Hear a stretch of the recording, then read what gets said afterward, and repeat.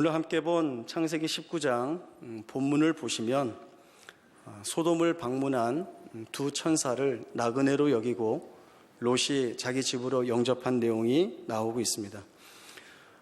소돔 사람들이 롯의 집을 방문합니다. 이 사람들이 롯의 집을 방문한 이유는 내게 온 사람들이 어디 있느냐, 내어놓아라, 우리가 그들을 상관하리라 라고 하는 말에서 분명히 알 수 있습니다. 우리 성경에는 상관하리라 라고 하는 말로 번역된 이 말이 히브리어 성경에서는 아다라고 하는 뜻으로 쓰이는데, 이 아다라고 하는 단어는 첫 번째는 알다, 아는 것이라는 뜻이 있고, 두 번째는 성적으로 알다라고 하는 의미가 이 안에 담겨져 있습니다. 여러 학자들이 이 상관하리라라고 하는 이 말을 여러 가지 해석을 내어놓고 있는데, 롯이 그 사람들에게 내가 딸이 있는데 이 딸을 내어놓을 테니 이 나그네들에게는 악한 일을 행하지 말라라고 하는 정황을 살펴볼 때에 소돔 사람들이 롯을 찾아온 목적은 그 나그네들을 동성 집단 융간하기 위한 목적이 있었다라고 하는 것으로 보아야 합니다. 그 시대에 이런 일들이 아무렇지도 않게 일어나고 있다는 것, 또 그 소돔 사람들에게 붙은 표현이 노소를 막론하고 원근각처에서 이렇게 이야기를 하고 있거든요. 그러니까 이러한 일들이 이렇게 자행되고 있는 것으로 볼 때에 소돔이 얼마나 죄악이 크고 무거운지를 여실히 드러내 보여주고 있습니다. 소돔과 고모라의 사건은 하나의 사건으로 떨어져 있지 않습니다. 사실 아브라함과 깊은 연관이 있습니다. 창세기 13장에 보면 아브라함이 롯과 분리할 때에 롯이 요단 지역을 선택하고 소돔에 거주하는 내용이 나옵니다. 거기에 설명이 덧붙여지죠. 창세기 13장 13절에 보면 소돔 사람들은 여호와 앞에 악하며 큰 죄인이었더라, 이렇게 설명이 되어집니다. 또 창세기 18장에 가서 보면 하나님께서 내가 하려는 것을 아브라함에게 숨기겠느냐 말씀하시고, 소돔과 고모라에 대한 부르짖음이 크고 그 죄악이 심히 무거우니 그 모든 행한 것이 과연 내게 들린 부르짖음과 같은지 그렇지 않은지 내가 보고 알려하노라 라고 하는 말씀이 나옵니다. 그리고 이에 대하여서 아브라함의 중모가 나오고, 그리고 소돔의 죄악이 세밀하게 기록이 되고 있습니다. 아브라함의 생애는 하나님께서 택하여 부르시고 언약을 주십니다. 그리고 그 언약을 믿음으로 바라보고 쫓아올 것을 명령하십니다. 그러나 아브라함이나 사라가 그렇게 하지 못했죠. 자신들이 처해 있는 현실에서 하나님의 약속이 이루어질 것이라는 것은 불가능하다고 보았기 때문에 그들은 자신들의 대안거리를 내놓으면서 스스로 만족해하고 있었습니다.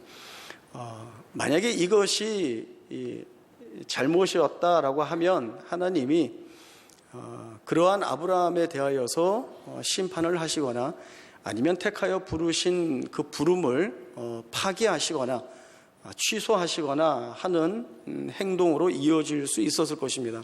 그러나 하나님 그렇게 하지 않으시죠. 끊임없이 반복적으로 아브라함을 찾아오셔서 설득하십니다. 너가 하는 게 아니라 내가 일을 한다. 너는 불가능하게 여기지만 나는 이 모든 일들을 이루어낼 수 있는 능력이 있다. 분명한 여러 증거와 정황들을 보여주시면서 아브라함을 설득해 나가십니다.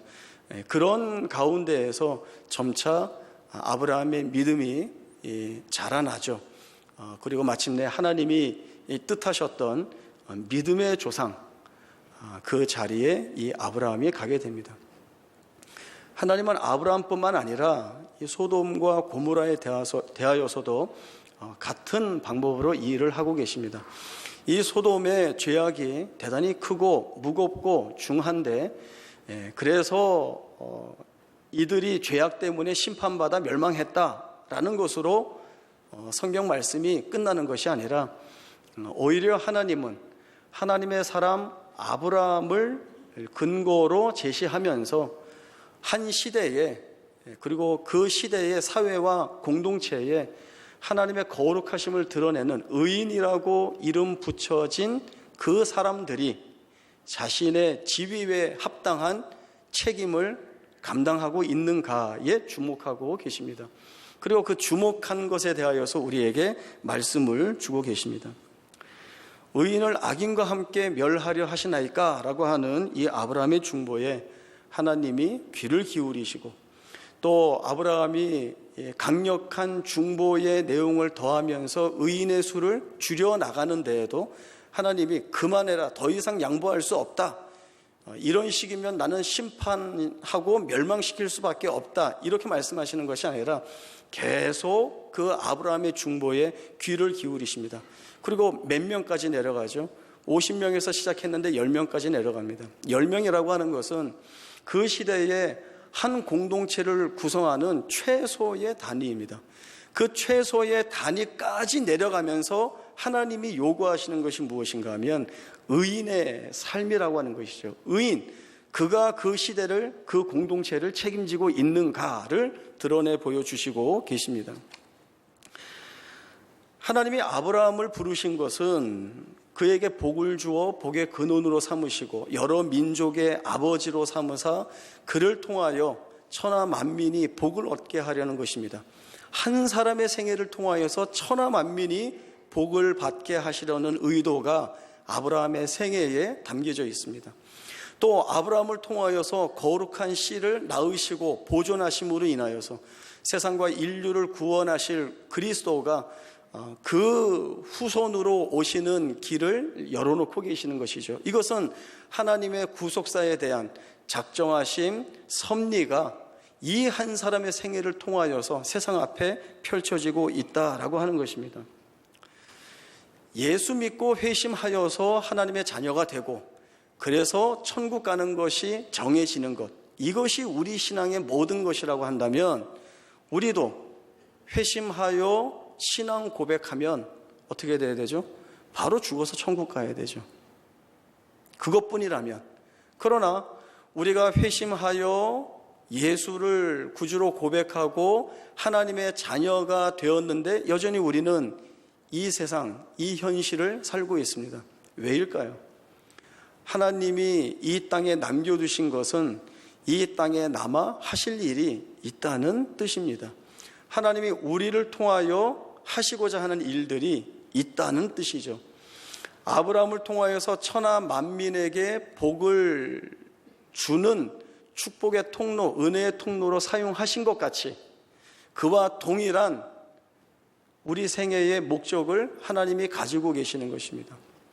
그리하여서 하나님 믿고 사는 우리가, 하나님의 말씀을 우리의 힘으로 삼고 사는 우리가 이 하나님과 더불어 사는 것이 우리에게 기쁨이요, 즐거움이요, 복이요, 또 장차 천국에서 맛볼 그 영광을 이 땅에서 사는 것이라고 하는 그 잔치에 참여하는 즐거움을 우리가 누리고 살아야 됩니다. 하나님이 그 자리로 우리를 부르고 계십니다. 그러나 우리의 신앙적 현실은 어떻습니까? 하나님 믿고 사는 것이 부담이 되죠. 하나님 말씀대로 사는 것이 어쩔 때는 우리가 괴로움을 느낄 만한 일들이 되고 짐이 되는 경우가 있습니다. 그러나 거기는 하나님이 우리에게 원하시는 자리가 아닙니다.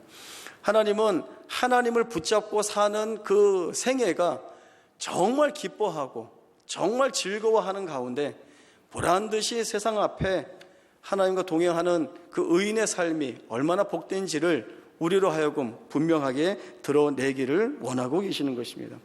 하나님이 우리에게 요구하시는 의인의 삶이라고 하는 것은 세상적으로 도덕적이고 윤리적인 것을 뜻하는 것이 아닙니다. 그 이상의 것을 우리에게 요구하고 계시는 것입니다. 눈은 눈으로 이는 이로 갚으라 라고 하는 이 말씀은 정당한 보복에 관한 말씀입니다. 모세가 가르친 동해보복법이라고 하는 내용입니다. 왜 모세는 눈은 눈으로 갚고 이는 이로 갚으라 이렇게 가르쳤는가? 사실 의아한 부분이 있습니다. 우리는 모세가 가르쳤다라고 하면 너가 참아라, 너가 용서하고 넘어갔으면 좋겠다 이렇게 가르쳤을 것 같은데 조금 우리가 볼 때 너무나 잔인할 정도로 분명하게 선을 긋고 있죠. 이를 상하게 했으면 이로 갚고 눈을 상하게 했으면 눈으로 갚아라 라고 하는 내용입니다. 왜 이런 가르침을 주는가 하면 사람이라고 하는 존재는 부패하고 본성이 악한 존재입니다. 자기가 당한 것을 그 당한 만큼만 보복하는 자가 되지 못한다라고 하는 것이죠. 내가 당한 것 그 이상을 돌려주는 것이 사람이 가지고 있는 본성입니다. 그래서 모세는 자기가 당한 것 이상을 보복하지 못하도록 그 분명한 기준을 주고 있는 것입니다. 그러나 이것이 예수님께 와서는 사랑의 법으로 수정되어 제시되고 있습니다. 예수님은 이는 이로 눈은 눈으로 갚는 것에 머무는 것이 아니라 더하여 주시는 말씀이 누구든지 내 오른편 뺨을 치거든 왼편도 돌려대며 속옷을 가지고자 하는 자에게 겉옷까지도 내어주고 억지로 오리를 가고자 하면 심리를 동행하고 내게 구하는 자에게 주며 내게 꾸고자 하는 자에게 거절하지 말라 이렇게 말씀을 하십니다. 이렇게 하는 것은 세상에 없는 것입니다. 세상이 할 수 없는 것입니다. 그리고 세상은 이렇게 안 합니다. 왜 안 하는가? 불이익을 받게 되고 손해를 받게 되기 때문에 그렇습니다. 불이익을 받고 손해를 감수하는 자리를 가면 세상은 손가락질을 합니다. 왜 바보같이, 왜 어리석게 불이익을 받고 손해를 받느냐라고 하는 것이죠. 왜 네가 참느냐 이렇게 얘기하는 것이죠. 조롱하고 비웃고 멸시합니다. 그러나 예수님은 원수를 사랑하라. 분명한 적대적 관계에 서는 것이 당연한 원수까지도 사랑해야 하고 나를 박해하는 자를 위하여 기도하라라고 하는 말씀을 주시고 있습니다. 이것은 어디에서 기인되는 것인가? 있는 그대로 응징하지 않고 드러난 것으로 보복하지 않는 훨씬 부유하고 넉넉한 하나님의 마음이 드러나는 행위를 그 앞에 드러내 보일 것을 말씀하고 계시는 것입니다. 우리는 범죄하여서 하나님과 단절되었고 우리의 죄대로라면 우리는 영원한 저주와 사망과 멸망 가운데 처할 수밖에 없습니다. 그런 우리들을 법대로 잘라내거나 버리거나 하지 아니하시고 하나님은 우리에게 사랑의 대상을 삼으셔서 찾아오셨습니다. 찾아오셔서 말로만 위로를 주신 것이 아니라 하나님이신 주님이 자기의 생명을 십자가에서 버리셔서 죽음으로써 우리를 대신 살려주신 것, 이것이 하나님의 성품이고 하나님의 마음입니다. 우리가 하나님의 자녀라고 한다면 그 말씀으로 힘을 얻고 사는 자들이라고 한다면 마땅히 우리의 삶에 드러나야 할 것은 바로 이러한 하나님의 마음, 하나님의 은혜, 바로 이런 것들이 우리의 생애에 드러나야 합니다. 왜 드러나게 하려 하시는가? 앞에서도 말씀드렸듯이 우리의 생애를 통하여서 하나님의 세상 앞에 증언하고 증거하시려고 합니다. 봐라, 나와 동행하는 이 인생을 봐라. 이 인생이 무엇을 힘으로 삼고 있는지, 무엇을 버리고 사는지, 그래서 그가 지금 서 있는 자리가 어디인지 분명히 보아라 라고 하는 하나의 증거로 우리를 삼으시려고 하시는 것입니다. 세상에서는 있는 그대로 하려고 합니다. 내가 손해를 입었으면 그대로 상대에게도 손해를 끼치려고 하고, 나를 욕되게 했으면 나도 그 욕되게 하는 자리로 나아가려고 합니다. 그러나 우리는 그렇게 부름받지 않았습니다. 하나님은 우리를 통하여서 하나님 자신의 거룩하심이 드러나기를 원하고 계시는 것입니다. UFC 아세요? 이제 격투 시합 하는 건데, 거기에 산토스하고 벨라스케즈라고 하는 선수가 시합을 한번 했었습니다. 벨라스케즈가 이제 도전자가 돼서 시합을 했는데, 그날 산토스가 자기가 가지고 있는 역량을 다 발휘하지 못하고 무참하게 맞았습니다. 그래갖고 뭐 멍들고 피나고 만신창이가 됐죠. 졌어요. 챔피언이 졌습니다. 그리고 이제 인터뷰를 하는데 그 챔피언이었던 산토스가 뭐라고 인터뷰를 하는가 하면, 오늘 이 경기는 벨라스케즈가 지배했습니다. 그가 준비를 많이 해가지고 나왔습니다. 오늘 그는 승자가 될 자격이 충분합니다. 이렇게 얘기하는 거예요. 멋있죠? 우리 같으면 오늘 내가 컨디션이 안 좋아서 어떻게 이렇게 지게 됐습니다. 오늘 내가 컨디션만 안 좋았으면 완전히 내가 오늘 부실 수 있었을 텐데, 우리 이렇게 하죠. 윈블던 테니스 시합을 지금 하고 있습니다. 세계 1위가 노박 조코비치라고 하는 선수예요. 3회전에서 졌습니다. 미국 쿼레라고 하는 선수한테 졌어요. 그리고 이제 또 인터뷰를 했죠. 이 노박 조코비치가 뭐라고 했는가 하면, 오늘 이 선수는 승자가 될 이유가 충분합니다. 저보다 훨씬 앞선 경기 능력을 가지고 있습니다. 그에게 박수를 보냅니다. 이렇게 했어요. 세상 사람들도 이쯤합니다. 그런데 우리가 하나님의 거룩하심과 그 하나님의 부요하심을 드러내야 하는 우리가, 오늘 내가 컨디션이 안 좋아서, 오늘 내가 조금만 제대로 했다면 넌 아무것도 아닌데 라는 식으로 갈 수는 없는 것입니다. 하나님으로 인하여서 제일 먼저 우리의 생애가 바뀌어야 됩니다. 내 생애가 바뀌어야 됩니다. 내 스스로가 바라보는 내 인생이 바뀌어야 됩니다. 세상의 법칙과 원리를 쫓아가는 것이 아니라 세상이 전혀 알 수 없는, 세상에 가지고 있지 않은, 세상이 할 수 없는 것들을 우리가 드러내면서 해야 하는 것입니다. 그건 참을 수 없는 것을 참아야 되고, 받아들일 수 없는 것을 받는 자리까지 나아가야 되는 거죠. 그게 쉽다고요? 어떻게 쉽겠습니까? 우리 안에 없는 건데요. 어렵죠. 그래서 우리가 할 수 있지 않습니다. 우리가 하나님의 자녀, 하나님의 아들이 되어야 하는 거예요. 그래서 마태복음 5장 우리가 봤던 그 말씀에 보면, 이같이 한즉 하늘에 계신 너희 아버지의 아들이 되리니 라고 말씀해 주시거든요. 이것은 너가 선을 쌓아서 의를 쌓아서 어느 적정한 수준에 이르면 하나님의 아들이 될 것이다, 이 말씀이 아니라, 너가 이미 하나님의 아들로 부름받고 있기 때문에 너에게서 드러나야 할 삶의 내용은 바로 이런 것이다 라고 하는 것이죠. 오른편 뺨을 치면 왼편을 돌려대고, 속옷을 가지고자 하는 자에게 겉옷을 내어주고, 억지로 오리를 가고자 하는 자에게 심리를 동행하고, 거저주고 꾸고자 하는 자에게 거절하지 말라, 이 자리까지 갈 것을 요구받고 있는 것입니다. 어떻게 해야 갑니까?